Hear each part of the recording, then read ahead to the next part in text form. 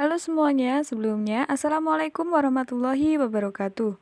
Dalam video kali ini saya akan menjelaskan mengenai praktikum listrik statis dan medan listrik menggunakan simulasi PET. Sebelumnya perkenalkan, kami dari kelompok 1A kelas IPA A yang beranggotakan saya sendiri Ariska Septiani Susanti, yang kedua Hernita Indriana Putri, Septi Sabella Miranti, dan Siti Sundari. Nah, berikut tujuan praktikum yang kami lakukan. Yang pertama, mampu memahami gejala listrik statis. Dua, mampu menganalisis interaksi yang terjadi antara partikel bermuatan sejenis dan tidak sejenis. Yang ketiga, mampu memahami konsep medan listrik. Yang keempat, mampu menganalisis kuat medan listrik apabila muatan listrik atau Q konstan dan jarak ke titik atau R-nya berubah. Yang kelima, mampu menganalisis kuat medan listrik dengan muatan listrik atau Q berubah dan jarak titik atau R-nya konstan. Alat dan bahan yang harus disiapkan yaitu yang pertama Android atau laptop. Yang kedua website, pad simulator, dan alat tulis untuk mencatat hasil pengamatan. Untuk percobaan yang pertama yaitu mengenai listrik statis. Berikut adalah percobaannya. Praktikum yang pertama yaitu praktikum listrik statis yang dilakukan dengan cara menggunakan PET simulation. Pertama-tama kita menampilkan opsi tampilkan semua muatan. Selanjutnya menyediakan satu balon.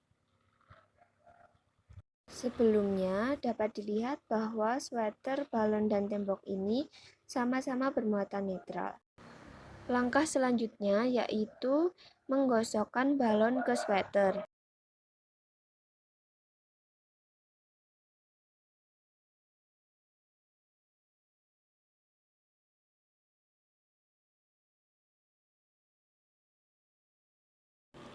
Dari percobaan ini dapat dilihat bahwa perpindahan muatan terjadi selama proses penggosokan dua benda, di mana yang berpindah yaitu muatan negatifnya atau elektronnya. Percobaan selanjutnya dilakukan dengan menggunakan dua balon. Kemudian, balon satu persatu digosokkan ke sweater secara bergantian. Lalu kita memilih opsi tampilkan perbedaan muatan. Dapat dilihat bahwa sweater bermuatan positif, kedua balon bermuatan negatif, dan tembok bermuatan netral. Lalu kita amati bagaimana interaksi yang terjadi antara balon yang bermuatan negatif dengan sweater yang bermuatan positif. Dan ternyata keduanya saling tarik-menarik.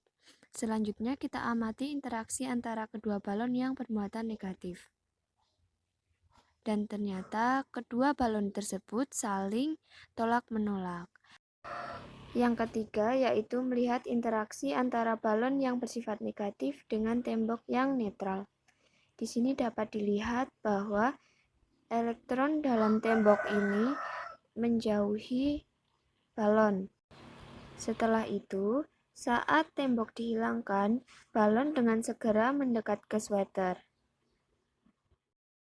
Untuk percobaan yang kedua yaitu mengenai medan listrik. Berikut percobaan simulasinya. Di sini kita menggunakan variasi jarak sebanyak 4 kali yaitu 0,5 meter, lalu 1 meter, 1,5 meter, dan 2 meter. Yang pertama adalah 0,5 meter. Letakkan muatan listrik, lalu kita atur jaraknya.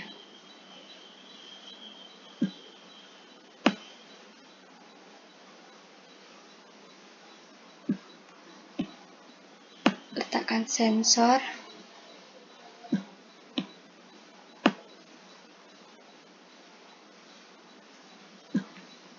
Nah,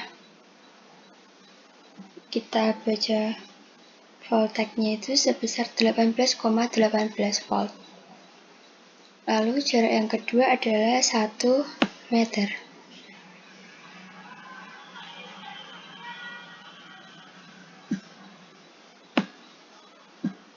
Ini kita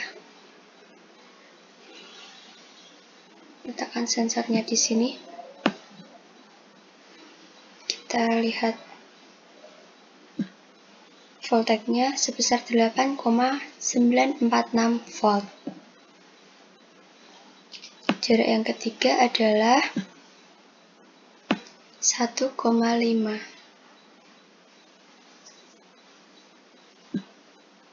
Kita pindah geser sensornya ke sini. Lalu kita letakkan sensor voltage di sini. Nah, ini adalah hasilnya 6,029 volt. Lalu yang terakhir menggunakan jarak 2 meter.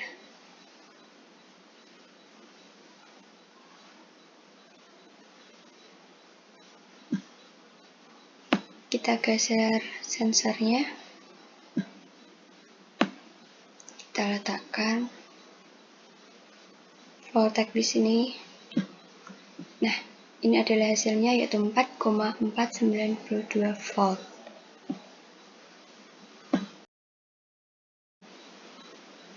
Hipotesis yang kedua yaitu kita letakkan muatan listrik di sini, lalu kita atur jaraknya sejauh 1 meter.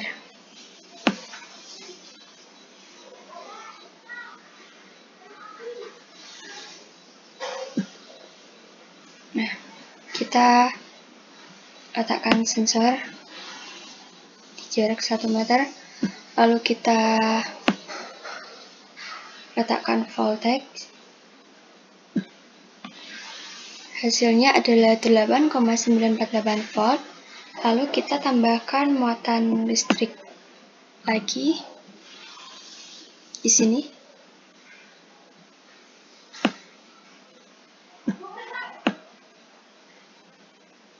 Nah, ini voltagenya itu bertambah menjadi 17,69 volt. Kita tambahkan lagi. Nah, bertambah lagi menjadi 26,43 volt. Kita tambahkan lagi. Ini ya, bertambah lagi menjadi 35,31 volt. Kita tambahkan lagi. Bertambah lagi menjadi 44,11 volt.